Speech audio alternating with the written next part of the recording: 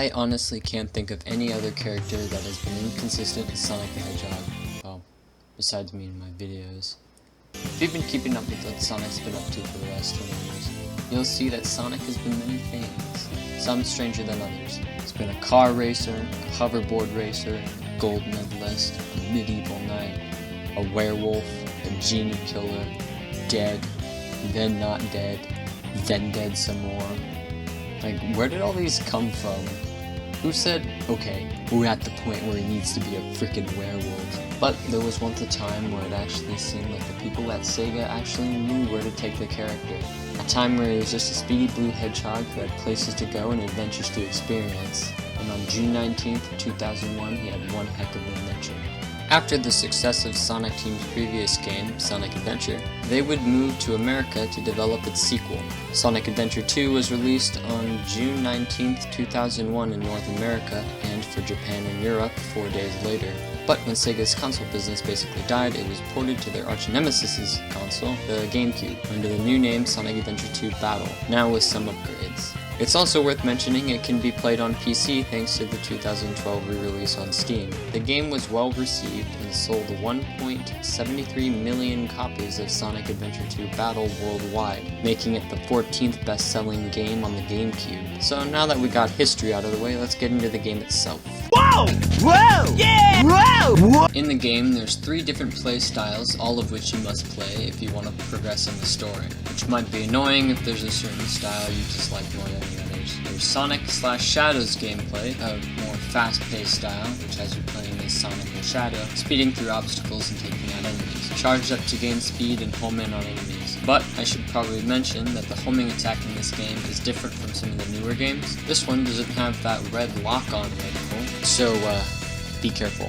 Tails/Eggman, yes, the egg is actually playable in this, is slower and usually requires you to walk around in a mech and use this annoying laser to lock onto enemies and targets to shoot missiles at them. It also has a bit of platforming. And finally, Knuckles and Rouge's gameplay has you roaming around in different areas to look for Master Emerald pieces. And if I'm being completely honest here, these are my least favorite characters to play as here because this can sometimes take forever. Also, Knuckles can fly. I don't actually know why he can do this, but he's been doing it forever, so just go with it. Also, I'd be committing a crime if I did not mention the Chow Garden, a part of the game everyone loves. Seriously, I have not found a person who hates this part of the game. It's basically a pet simulator where you can slowly train your Chow, these vicious little dudes, to become an unbeatable ninja warrior that you can use to kill other Chow. Yeah, it's cool. Now that that's out of the way, let's get on to the story. Oh boy, what a story. The game has multiple stories. You can experience the hero story that follows the angelic heroes who can do no wrong, or the dark story, where we follow the scummy, gritty, edgy, horrendous, black-hearted, absolutely terrible villains. And I'm mostly going to go over the hero story and touch on the dark story a little at the end. We start the game with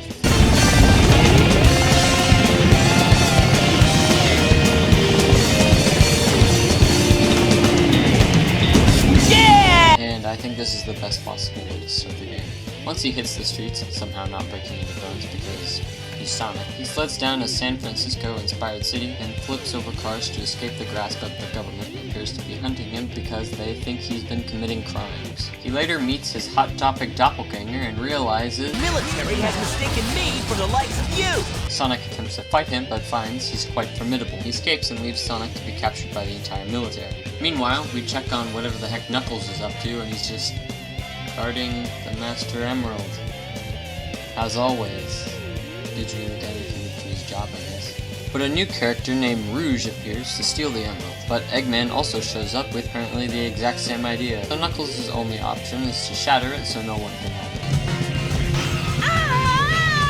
Oh, and Rouge has got a thing for emeralds, I guess. And so begins Knuckles' journey, which is just him recollecting fallen shards from various places, with some pretty chill music accompanying it. Then we meet up with our pal Tails, who's on his way to a military base to break Sonic out of prison like any good friend would. It's called Prison Island. I heard the news about it on satellite TV. If you haven't been able to tell already, Tails is a master at gathering information, but suddenly spots Amy being cornered by Eggman and naturally goes to save her.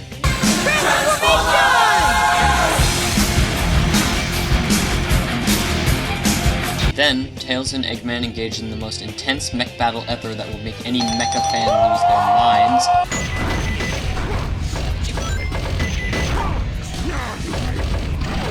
While that bloodbath is occurring above, Amy goes to rescue Sonic and thanks her like any Sigma male would.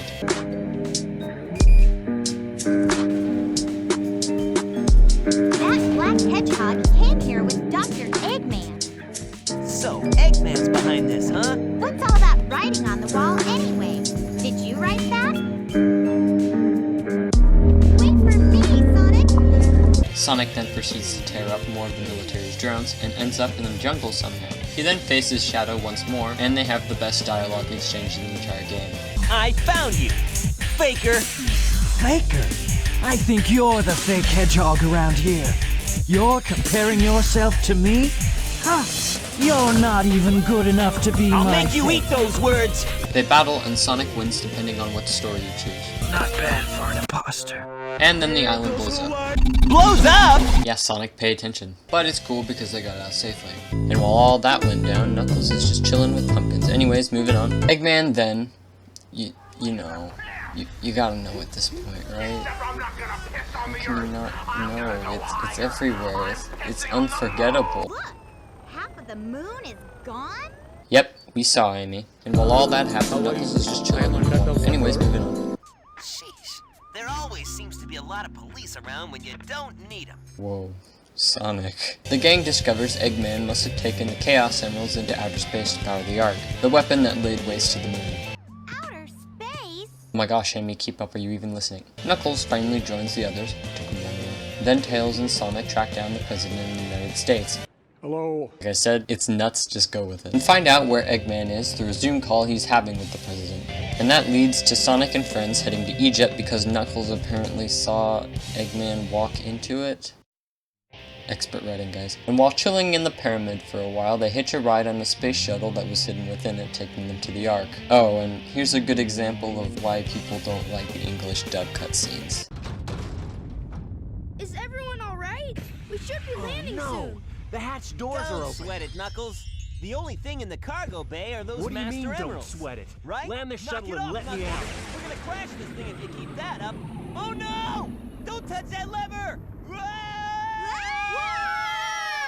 Once they enter the Ark, Amy is captured, as per usual. Knuckles fights Rouge again, but they start to get along and Rouge decides to hand over the rest of the emerald parts. I'm sorry if I hurt you. Meanwhile, Eggman's got a Glock to Amy's head and demands Sonic hand over the last emerald or there's gonna be a bullet in Amy's rotund cartoon head. But Eggman, being Eggman, ends up trapping Sonic on the hunch that the emerald probably isn't the real emerald, but rather a fake. How did you know it wasn't the real one? Tails! Because you just told me, Fox Boy. Sonic is launched into the cold abyss of space and comes face to face with death, but obviously Sonic spits death in the face and somehow uses the fake emerald to teleport back to the Ark. Because he's Sonic. However, Tails, believing Sonic to be dead, honors him by beating the crap out of Eggman in another epic mech fight. Sonic and Shadow meet once again, and Shadow appears to be more humble this time. Gone is the Shadow who openly states he's the coolest. But this doesn't mean he's lost the determination to stop.